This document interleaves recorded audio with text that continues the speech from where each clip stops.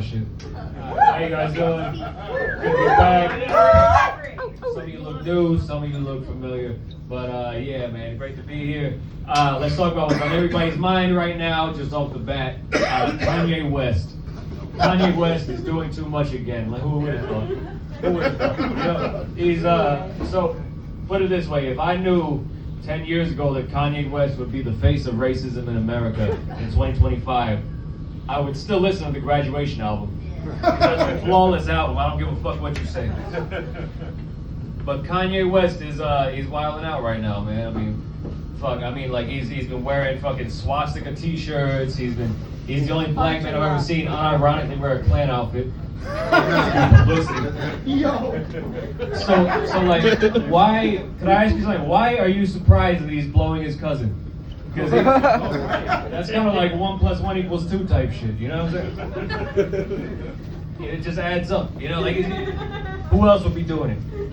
Somebody had to do it. I am the chosen one! Not you, but you know, he was. You know, he did. I feel bad for his cousin though, because his cousin gotta wake up every day, and then some guy's gonna be like, "Hey yo, you really been sucking Kanye's dick?" He's gotta be like, "No, he sucked my dick, so that therefore it's not technically gay." You know, it's an uncomfortable situation for him to be in. But at the end of the day, Kanye did blow him.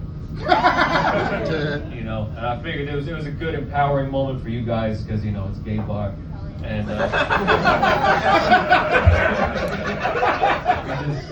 you gotta roll what you got. You know, being gay ain't easy. You know, I'm not gay, but you know I've heard you know. Easy? Oh hell no! Get the fuck out.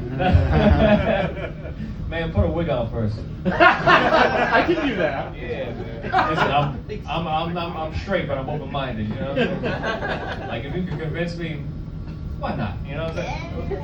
But, yeah, but you know what? But let me ask you guys: who here is gay or lesbian or bisexual or trans? Like, a lot of you. I figured a lot of you would make some noise for that. But like, I appreciate you guys a lot. You know, I appreciate you guys a lot as a straight guy because you know what? I think straight guys can learn a lot from the LGBT community. Like you guys really vocalize like your position in society and like what you're going through, and I like that. I like that you do that. I think it's important for us to hear it. You know what I'm saying? But like, I don't think straight guys do that enough. That's why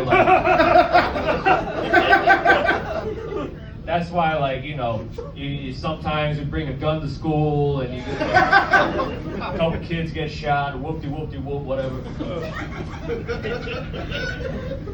But, you know, like, we got to start talking about it more because, you know, it's a bad thing to hold that shit in. You know, like, I think being a straight guy in 2025, it's a lot like driving a car for a long time, you know? Because if you drive the same car for a very long time, you know, it doesn't matter how many miles you put on it, where you go, whatever you do. Eventually, you're gonna blow a tranny, and and you know what? It's all right, because you know what? At the end of the day, you just fix it and you keep driving like nothing happened. That's what it's like being straight, you know.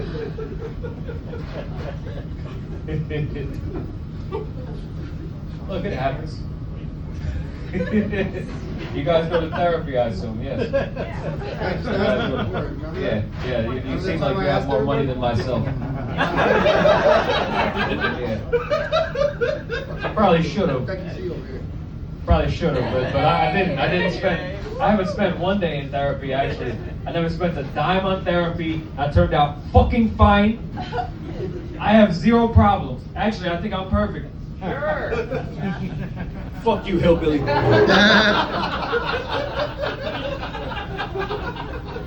The only thing that I ever got was a psychiatrist for specifically the purpose of sniffing Adderall while I do the dishes. Because have you ever done the dishes sober?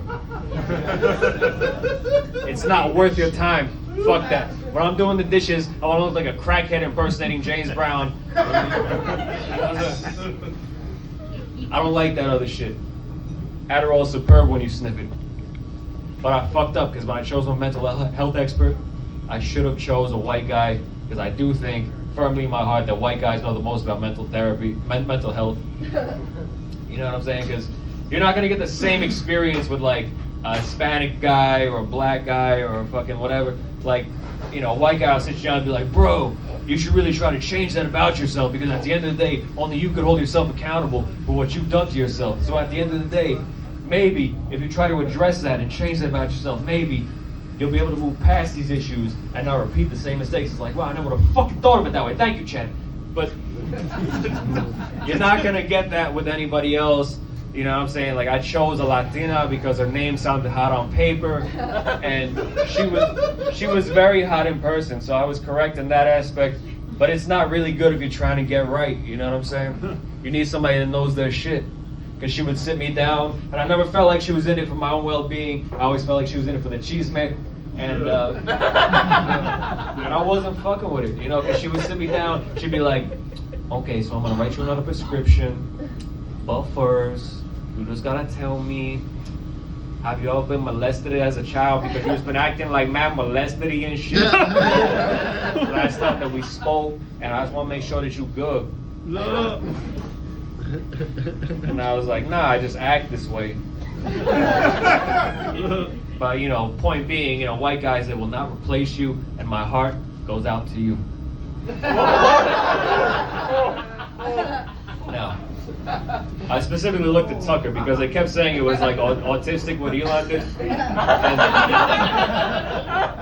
And you know what? In practice, felt very racist. So I'd like to apologize to the white community for that one. You didn't deserve that. You're better than that. Oh, man. Let me tell you something, man. You guys watch the Teletubbies growing up? I've been thinking about the Teletubbies a lot. So it's a fucked up show. It was a kid's show, but it was fucked up. Yeah, you agree? Who agrees? Yeah, one of you. Yep. Yeah, it was fucked up. Because you know what? These alien creatures with TVs in their stomachs lived in a field in the middle of nowhere their whole lives. And every day they would wake up and they would hear voices in their head every day. And that voice would sometimes say, Lala was walking in the field one day. And if Lala didn't walk in that fucking field, Lala better take a walk in the fucking field. Because you know why? Because if she did it, there was a windmill that would shoot electricity into Lala's head until she omitted propaganda out of the TV that's embedded in her stomach. And she unleashed her MK Ultra code where she was like, la la. And the other one would go, whoa. And go, dig it. Nah, that's how they took over the black community. I'm not going to let my kids be exposed to such garbage. That's MK Ultra, look it up. I don't like that. And when they weren't working in the fields, the Teletubbies used to live in a bunker with a sentient, let me tell you something, with a sentient bottom feeder with glowing red eyes that would fucking suck everything out of the fucking floor, out of the fucking table, out of the walls, out of everything. Sometimes there would be this frothing at the mouth. Do you remember that? Do you remember that aspect of it? Yeah, it was a terrible way to live, wasn't it? Yeah. Adorable for the mentally enslaved. But not for me. Not for me, goddammit. The Teletubbies only had two sources of joy in this world. One of them came from an adrenochrome light paste, which they would consume on a daily basis, known as tubby custard. You remember that? Yeah. And the other source of joy that they had came from a heathenistic form of sun worship, which they would partake in on a daily basis because they could only pray that their baby-faced sun god would smile upon them for another period of 24 hours, because at the end of the day, they were never going to escape. You see what I'm trying to say? The Teletubbies didn't teach me about love. It didn't teach me about friendship. It didn't teach me about how to be a good neighbor. The Teletubbies taught me about what it's like to go to jail. And my brother taught me that too, with far less words. He said they would put a mop on my head, fuck me in my ass, and shove my head against the wall. And all I would hear is... Now, I can see there's a lot of jailbait in this room that agree, and they got scared by that, and I'd like to apologize, because it is scary. But we're not going to jail, we're just doing art right now. Until it's deemed a crime. In about like a year and a half, I give it. Yeah. But before I get sent to summer camp for a very long time, Yo. I would just like to acknowledge something. Does anybody here in a relationship? You're in a relationship, right? No. Okay, well, you guys just fuck or something. All right, whatever. You know, you're in a relationship. You guys, yeah, straight, gay, bi, whatever. Yeah. What is it? Yeah. Hell yeah. All right, I guess this is universally applicable, but do you ever like call your partner like daddy? Or does your partner ever call you daddy? Yeah. Yeah? Yeah. Yeah? Obviously. Oh, you should get a new partner. I don't like that shit. I don't like when a woman calls me daddy, doesn't do it for me. I never fuck with it. It's not my thing. I don't like that shit. I don't give a fuck if you don't got a father. I'm not daddy. And I never will be. But Papi is a different story. Papi, yo, thank you. Okay, we'll talk. But Papi, yo, listen. Look, what's your name, miss? Trisha? Trisha, if me and you went to Walmart one day and we looked at the cupcakes and you were like, what flavor you want, Papi? I would start rubbing my dick in front of all the kids, all the old women. I don't give a fuck. It's not their business. Why are they paying attention to me? Why are they paying attention to me and you? Well, you call me my special word, Miss Trisha. Miss Trisha Bell. That's right. And that's why I chose you, because you're a down-ass bitch.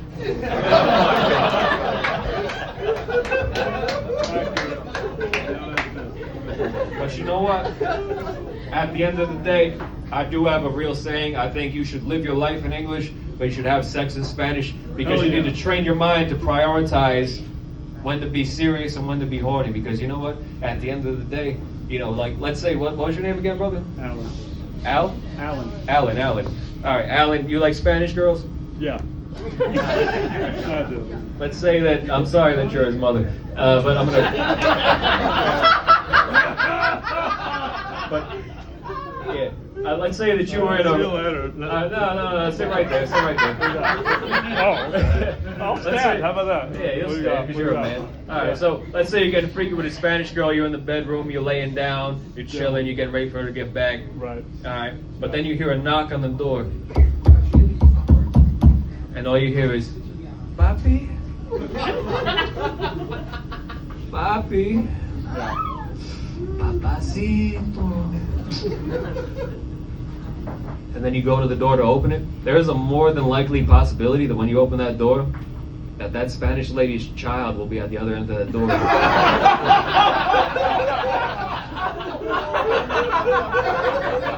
Is there a question? No. Oh, okay. And you know what? And now she is eye level with daddy's dick.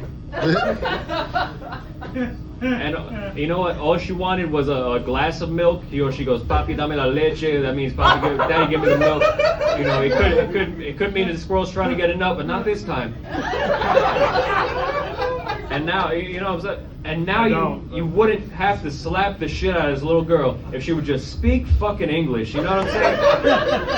And that's what I learned in Trump's America, because I'm not trying to get deported, you know. See, but I'll tell you this though, if like somebody told me I got you a fucking room in CCOT in El Salvador, I'd be like, yo, fucking CCOT? Yeah, but it sounds better than it is. Yeah, but anyway, she gave me the light. I'm gonna end my set right there, but I got one more thing to tell you.